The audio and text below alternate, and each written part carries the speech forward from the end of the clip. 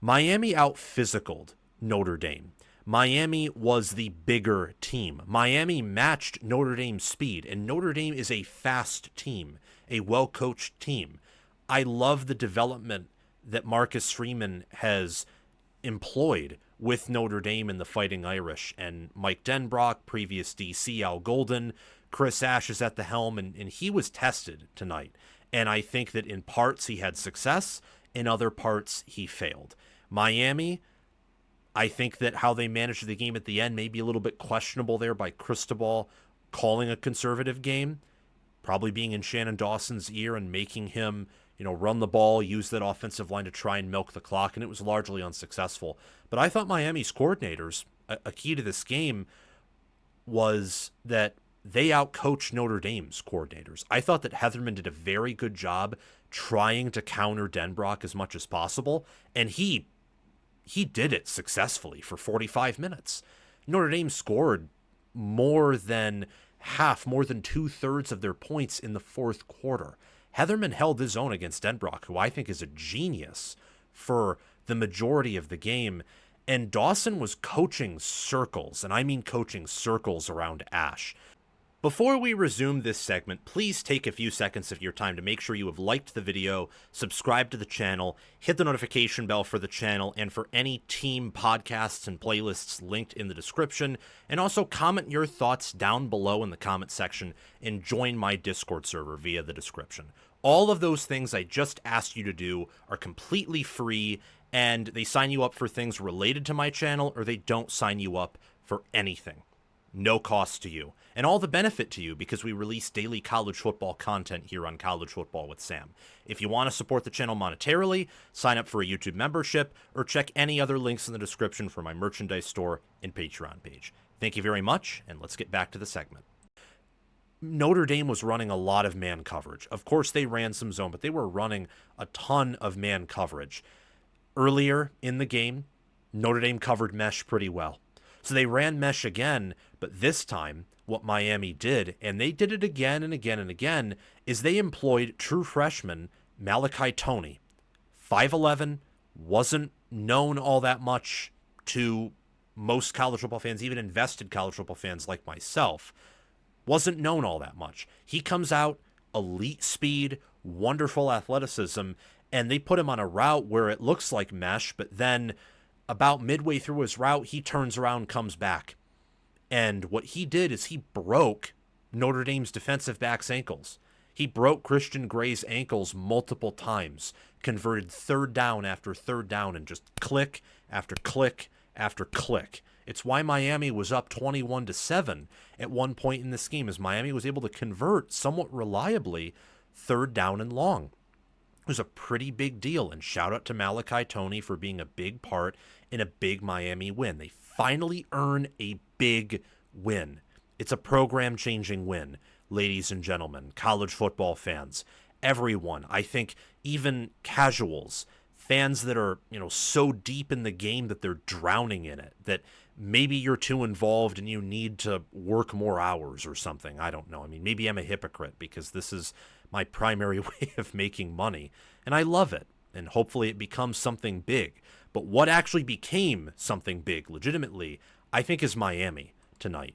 Miami has reestablished themselves on the college football scene, and I say that with confidence even though it's game one, because let me ask you, who is better than Notre Dame on Miami's schedule? Who can you point to and say, yeah, that team is better than Notre Dame on Miami's schedule, and they are certainly going to beat Miami, and they will not make the same mistakes Notre Dame did? Maybe Florida. Maybe, but I think that's stretching it a bit. I think that Miami can beat Florida, and I think that Notre Dame is better coached than Florida. I think they may have the better overall roster in parts, but there's an argument that with DJ Lagway and also the trench play that Florida has, I think Florida's the much better D-line than Notre Dame. I think they have a comparable offensive line, but we'll see. That game's a little bit a ways away, and we get to see Florida play a physical, tough LSU team that I think is very comparable to Miami right now. They get to play them before Miami, so that will be a test. We'll know more about Florida then. Miami, what they did to win here, to earn, I think, a program-changing win, Miami's first big win, first top 10 win under Mario Cristobal with the Canes in year 4. They controlled the game. They had 69 plays to Notre Dame's 58. They had 34 minutes and 4 seconds of possession compared to Notre Dame's 25 and 56 minutes. And at one point, again, up 21-7, it looked as if Miami could put it away. And then they had that trip. They had that slip. I think it was Mark Fletcher, maybe it was Jordan Lyle, one of their very talented running backs, slipped on 3rd and 1. Now, Notre Dame did a good job on that play of trying to keep the O-line contained, but there was just enough space where if he didn't slip, that was a first down. And at that point, we might be talking about Miami winning by double digits, but they didn't. That's something that can be corrected. That's something that can be fixed in practice. And with Miami having a new center, having new pieces on the offensive line, I expect this unit that, tested Notre Dame's defensive front and held up well in pass protection, I expect them to get better as the year goes on for sure. They hung on and they won. And the admirable thing about Notre Dame, I'm going to bounce back and forth with these two teams because it was so close, it was so competitive. Both teams deserve their flowers here. Notre Dame didn't quit. And I mentioned this at the beginning of the stream. Notre Dame under Marcus Freeman never, ever quits. If you are rooting against them, if you picked them to lose and you want to be right, I was on that side tonight. Not because I don't like Notre Dame or Marcus Freeman. I actually think Freeman's quite a likable guy. But I picked Miami to win for reasons that were showcased throughout the game. And I was going to be pretty mad if I was proven wrong by the scoreboard when Miami had shown me several reasons throughout the game why I picked them to win. Like, they were able to match Notre Dame's physicality. They were able to, in large part, limit Notre Dame's ground attack. I thought what Denbrock did with CJ Carr was actually quite creative, but at times it made no sense. Really. At times it made no sense. And the reason why Notre Dame was able to finish with a higher yards per carry on the ground at 4.7 compared to Miami's 3.4 is the style of how they run the ball.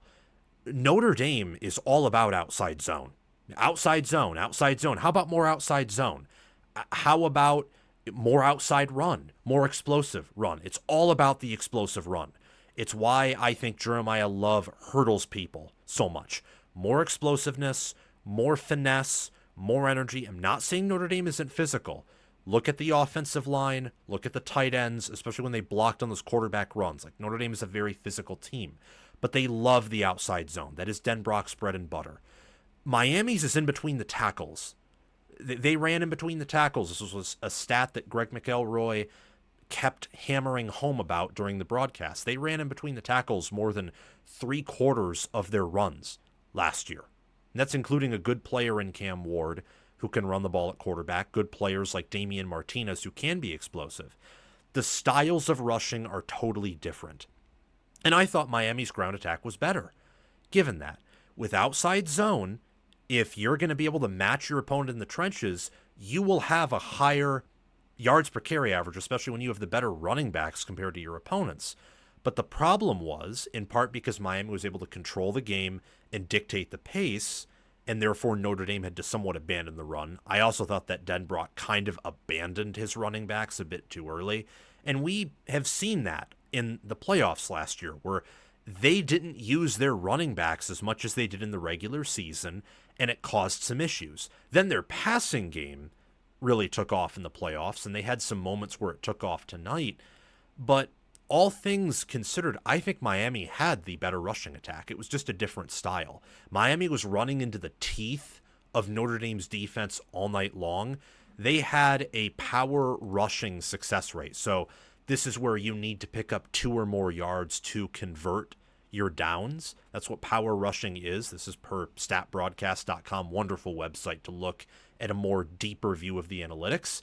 Rushes with 2 or less yards to go that converted for a first down or a touchdown, Notre Dame was 1 of 5, 20%. Miami was 5 of 7, 71%.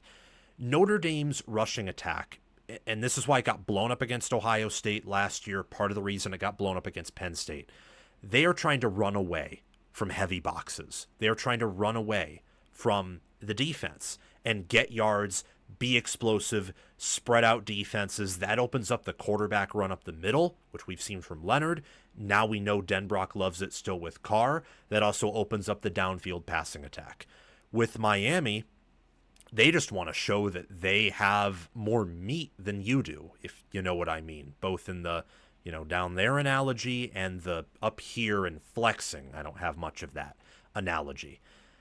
I thought that, again, Miami had the better rushing attack. Miami was the more physical team in this specific matchup. They won. Now, it was very close. If this game is played again tomorrow, there's a good chance Notre Dame wins. There's also an even better chance that Miami wins, probably by more than 3 points. The passing offense was interesting, too. Notre Dame had a coverage bust that gave Carr a higher yards per attempt average, and I thought Carr played really well. Carr was gutsy. Carr showed maturity in the pocket. He panicked. That one drive where they had a quick 3-and-out after Miami scored to go up 21-7, he panicked. You could see it in his face. You could see it in his teammates' face. Notre Dame, for a brief minute there, it felt like could have quit. Or maybe not quit, but emotionally melted down and the entire game would have gotten out of control. They didn't, though, in part because I think Miami shot themselves in the foot by slipping. I wonder if they were able to just have one more long drive if maybe the straw broke the camel's back. But Notre Dame put up a good effort. They fought, they pulled themselves back, and they nearly won. And that's a credit to Carr. Malachi Fields, I know he had that fumble. He also had amazing catches. That was someone who in the preseason I was very high on, and I think his name will be called more throughout the year. For Miami, again, they had Malachi Toney, really impressive freshman, step up today. Carson Beck looked like he was at Georgia again, but in 2023. And that's really funny, but I think also quite obvious. He had an offensive line last year with no chemistry because they were constantly injured. His tight ends were downgrades, huge downgrades from Brock Bowers. I imagine that Elijah Lofton was probably a better tight end than Delp or Lucky were last year. I just imagine that. He didn't have a wide receiver core that was probably worse than Penn State's last season, because at least Penn State's wide receivers could catch the ball even if they couldn't get a ton of separation. And again, he didn't have Tyler Warren like Aller did. And he probably had worse pass blocking, definitely had a worse ground attack, worse play calling. Aller's situation last year at Penn State was pretty bad for a top 4 team. And Penn State, I think, was the 3rd best team, maybe an argument for the 2nd best team behind Ohio State last year. They were in that next tier with Texas behind Ohio State. Aller's situation was known to be bad last year. No one is denying that. Beck's was 10 times worse. Receivers that couldn't catch the ball while Penn State's could. They also couldn't gain separation. They did not have an alien at tight end like Penn State did. Bobo, I think it's obvious to everyone, Kotelnicki is a superior play caller to Mike Bobo. Penn State could actually run block. Georgia could not. They also had better running backs who could also catch it out of the backfield. You get the point. And I think also Aller is more talented than Beck from a raw talent angle, not saying he's better right now. I think Beck played better in week 1 than Aller did. But the point being made that Beck was in an awful situation last year, was still top 10 in QBR, still had some amazing games last season against Tennessee, for example. And I imagine, given how Georgia was gaining momentum after a pretty rough October and early November, I imagine if he were healthy in the playoffs, they could have made some noise. They could have. He had a wonderful night tonight. You should be happy for Beck. You should be happy for Cristobal. You should be happy for CJ Daniels. Talk about a redemption story. Went to LSU, got hurt, then had to transfer back to, or not back to, but to Miami. Had to transfer there. And made that awesome one-handed catch. So awesome. That was a wonderful attempt by Beck where, at that point you can't take the sack. You got to heave it. And Daniels made the play. Just a wonderful. That was craftsmanship. Over the back of his head. I'm doing a very poor attempt at it because I'm not very athletic, but over the back of his head, palms it, brings it down, And based on the looks of it, we couldn't see whether it touched the ground or not, but I will bet you that it just bounced out of his hand and never touched the ground and he regained possession of it. That's what I think happened. Notre Dame was 4 of 9 on third down, never attempted a fourth down conversion all day. Miami was 5 of 14 and really 1 of 1 because that other failed fourth down was a botched hold by the punter. Didn't hold it correctly for his kicker. And talk about clutch kicking. Carter Davis, 2 of 2, long of 47 after having a pretty meh season at FAU. Shout out Miami special teams. They performed better than perhaps I expected in this matchup. Other things to take note of, some key takeaways that I have for you. Notre Dame's defense. It's time to have the conversation. And as for Miami, just to get this out of the way, who on their schedule is superior? I don't think anyone is. Florida State's not better than Notre Dame. At least I don't think. Miami's defense, okay, so this is embarrassing if you're Alabama. Miami's defense was in position, fundamentally sound, all right at tackling, not perfect, but much better than last year, and were pretty good in coverage for much of the game. They had that bust at the end, but that can be fixed. It was game one with a new DC with a transfer-heavy DB group. That was a really good game by Heatherman. Miami has a better defense and a bigger defense and a more athletic defense than Alabama does. I can't even believe I'm saying that, but it's true. Miami has a much better matchup against Florida State straight up than Alabama did in week one. Much better. Especially as Castellanos goes throughout the year, takes more hits, he won't be as effective. Miami doesn't play Clemson. They do play Louisville and SMU. I don't know enough about those teams to say whether or not Miami matches up well with them, but Notre Dame's more talented than those teams. So we can leave it at that. I think there's a lot of opportunity for Miami on the schedule. I picked them to go to the playoffs in the preseason, and I actually picked Notre Dame to miss, and we'll talk about that in a few. I don't know if Notre Dame will miss the playoffs, but they needed to lose tonight for that prediction to potentially come true. They did lose. And I picked Miami to reach the playoffs, and they really needed to win tonight for me to feel confident in that. And they did. So hoping that ages well. But I think Miami can actually go 12-0. Will I pick them to do that? Probably not. I picked them to lose a game, and that was with me thinking they would beat Notre Dame, perhaps handily. So we'll have to see. But there's a ton of opportunity. Good for Mario Cristobal. Good for that staff, for Beck, for the locker room, for the program.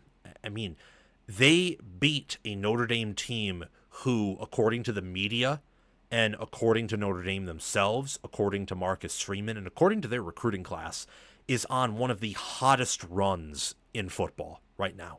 And they beat them. And the thing about it that has to be juicy and full of catharsis for Miami, as this is a rivalry game, is they beat Notre Dame when Notre Dame never quit. Again, Freeman teams with Notre Dame never, ever quit. But this was one of the rare instances where despite Notre Dame never quitting and overall playing not a bad game, probably not a perfect game, but it's week one, you weren't going to play a perfect game anyway. Effort for Notre Dame wasn't enough. It mattered. It did, but it wasn't enough to secure the win. And for Miami, that has to be incredibly satisfying because that means you fielded a talented roster. That means you have a good team. That means you have a playoff team, potentially a national title caliber team. Let's get to Notre Dame's defense, though. This defense against wide receiver cores with athleticism, with hands, and quarterbacks that can read defenses gets diced up. It gets torn apart. Now, did they get torn up tonight? Did they get blown out? No. But they were able to be picked on. And that was with a very conservative game where they really didn't ask Beck to throw it until he had to. And Beck faced a lot of obvious passing downs. Again, that's why Miami had 14 third down conversion attempts. 14 of them. And they had a lot of success in power rushing where they converted some of those. But on a lot of those, Beck had to throw it. He did. There were a lot of more obvious or lean passing situations that Miami put themselves in because either Notre Dame stacked the box or they made some errors or they had some key penalties that nearly lost them the game, for example. So I think that it's more important to not look at the fact that Miami only scored 27 and look at more so how they scored 27. They beat Notre Dame up in man coverage. They did. And that is with Leonard Moore, Christian Gray, Adon Schuler, Devonta Smith. I know these defenses and personnel pretty well. I do.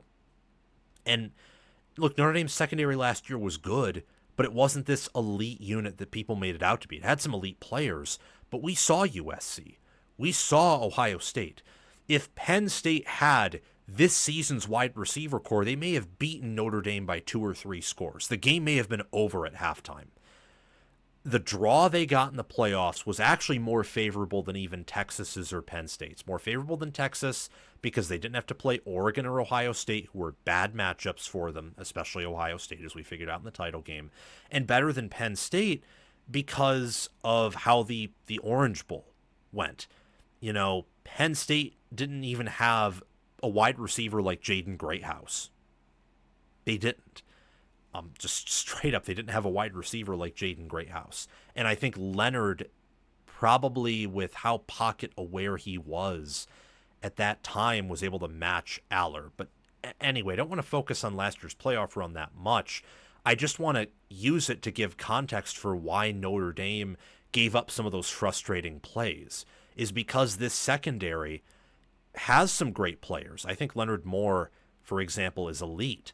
But really outside of him, they have gettable players, where if you are a fast wide receiver, you are an athlete like Malachi Toney or CJ Daniels, you can beat them in man coverage. You can beat them in zone. You can just straight up beat them.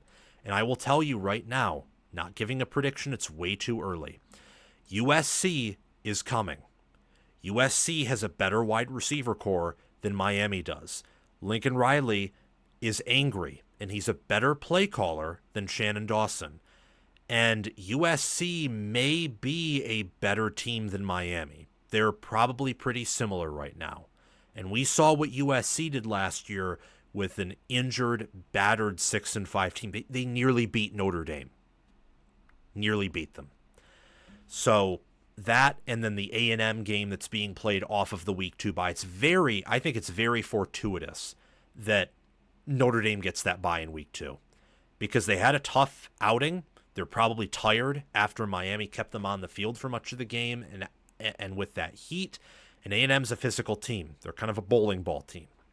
So with how Carr played, and he played well, and just week 1 jitters, week 1 mistakes, points where Miami just straight up beat you, you can now go back to the drawing board and return home to a game that I'm going to be previewing and giving a prediction for in week 3. Very excited to watch Mike Elko and Marcus Freeman round 2. Excellent defensive minds, excellent head coaches. Very excited to see it. This was a even game. This is what I'm going to close out with here. If this game was played tomorrow, I'd probably pick Miami again due to location and the fact that I think there are more worlds where Miami pulls away and wins big than Notre Dame pulls away and wins big, but I'd have to think about it. I mean, Notre Dame, they had fight. They had toughness. At the end of the day, they won the fourth quarter pretty decisively. They did. In fact, in a certain sense, this game was like Ohio State, Texas, where Texas and Notre Dame dominated the fourth quarter.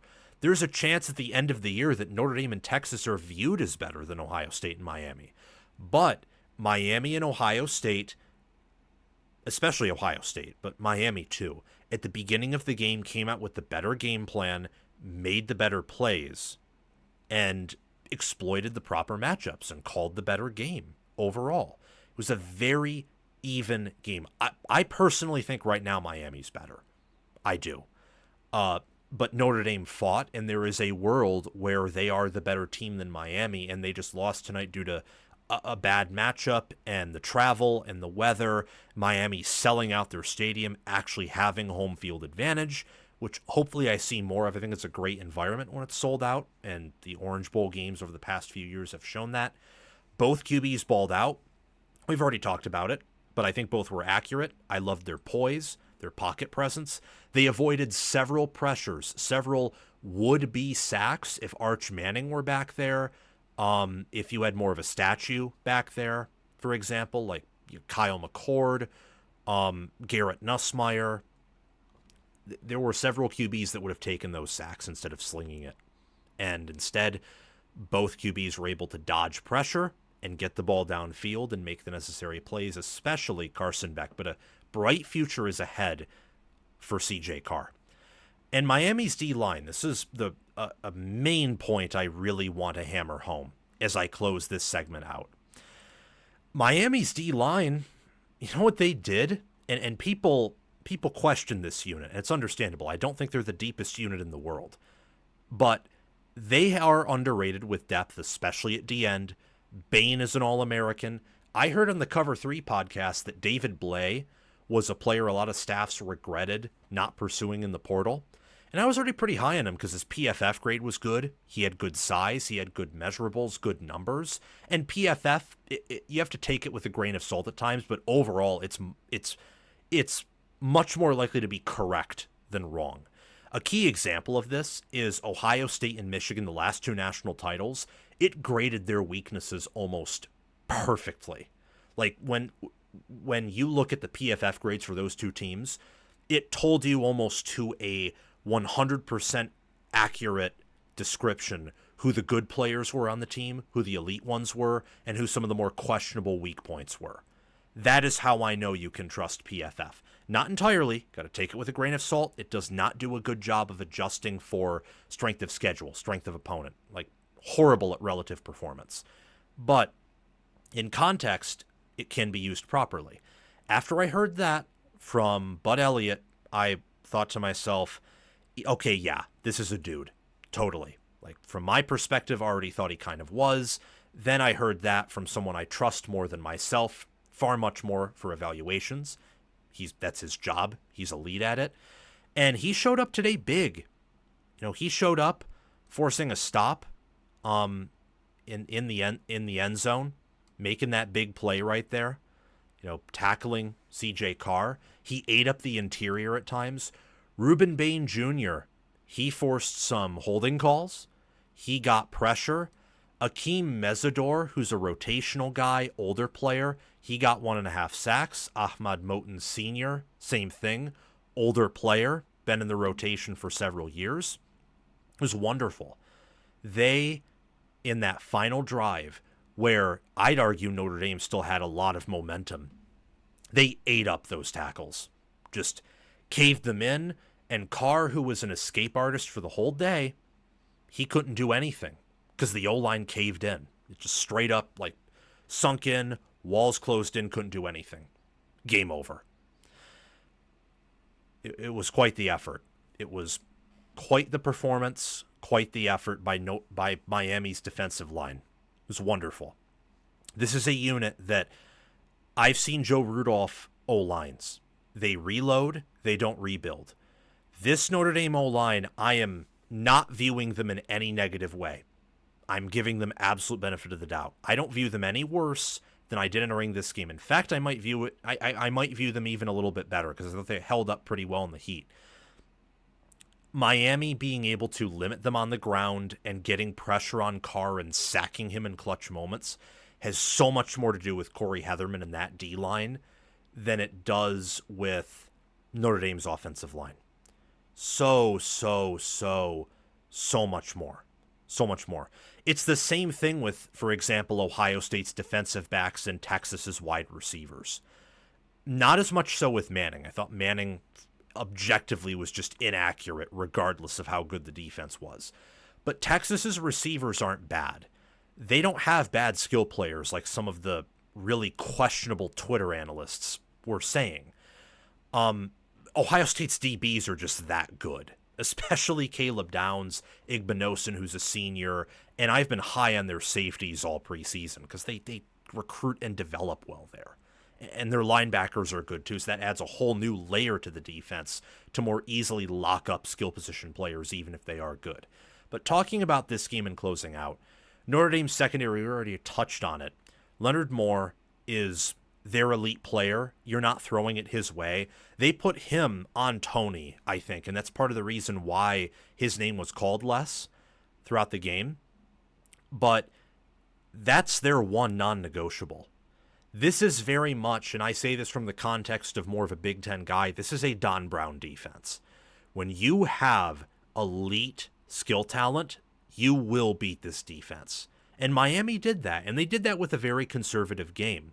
There is a world where if they rematch later in the year, Notre Dame is better and beats them because their younger QB takes a larger leap than at this point Beck probably can. There is also a world where because these receivers are transfer heavy for Miami and they have a new O-line and they call the fairly conservative game, there's a world where they rematch and Miami just takes them apart and Beck throws for 300, 400 yards in a super aggressive performance. It was a very even game. I would be very entertained if there was a rematch in the college football playoff.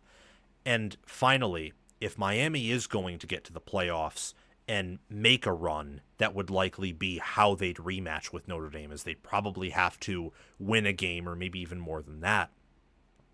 Heatherman's a star. Heatherman's the reason they're here, because this offense has taken steps back from last year's unit. But the defense has taken more steps forward. And that's because of Heatherman. I thought Heatherman called a pretty good game.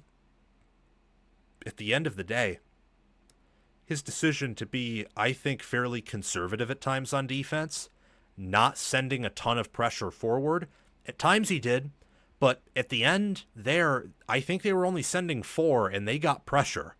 And that was his signature. That was his tell, his identity at Minnesota, is they often stacked a light box. They were not aggressive. They didn't send a ton of guys forward. It annoyed Minnesota fans a ton against teams like Michigan, where Michigan hung on in that game because early they were eating up Minnesota on the ground in short gains. But here, it worked. I mean, they kept everything in front of them, and at the end of the day, with how good their D-line was, they were able to get pressure and really impact the game. Heatherman with Beck and with the talent on this unit, their physicality, their size, athleticism, makes Miami this year, I think, a better national championship contender than they were last season. Excellent game. Can't wait to provide maybe, just maybe, don't want to promise anything here because this is a pretty intensive reaction. I cannot wait to, if I have the time, further break this game down and maybe make more content on it. Specifically from what I learned about Miami here, and maybe Notre Dame too. Only if I have the time for either, not making any promises, but we're definitely going to be talking about these teams again, so make sure you hit that notification bell and subscribe to the channel. Just a wonderful game. That may have been the game of the week. It was that back and forth and had enough balance of offense and defense to where I could see anyone making the argument that this is the game of the week, not Texas, Ohio State, not LSU, Clemson, which were more defensive, a little bit uglier, I think, than this game.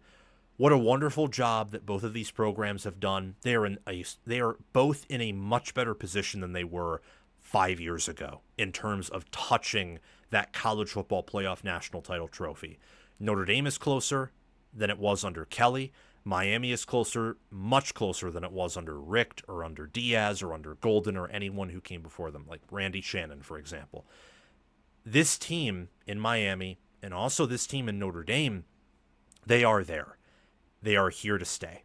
And you are going to be hearing these teams be talked about in the national title conversation, not just this year.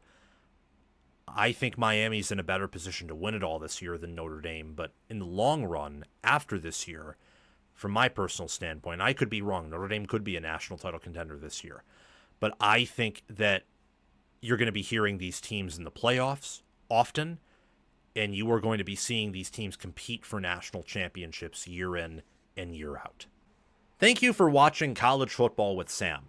Make sure that you've liked the video, subscribed to the channel, hit the notification bell for the channel and team playlists and podcasts in the description, join the free Discord server where we talk college football 24/7, and have commented your thoughts down below.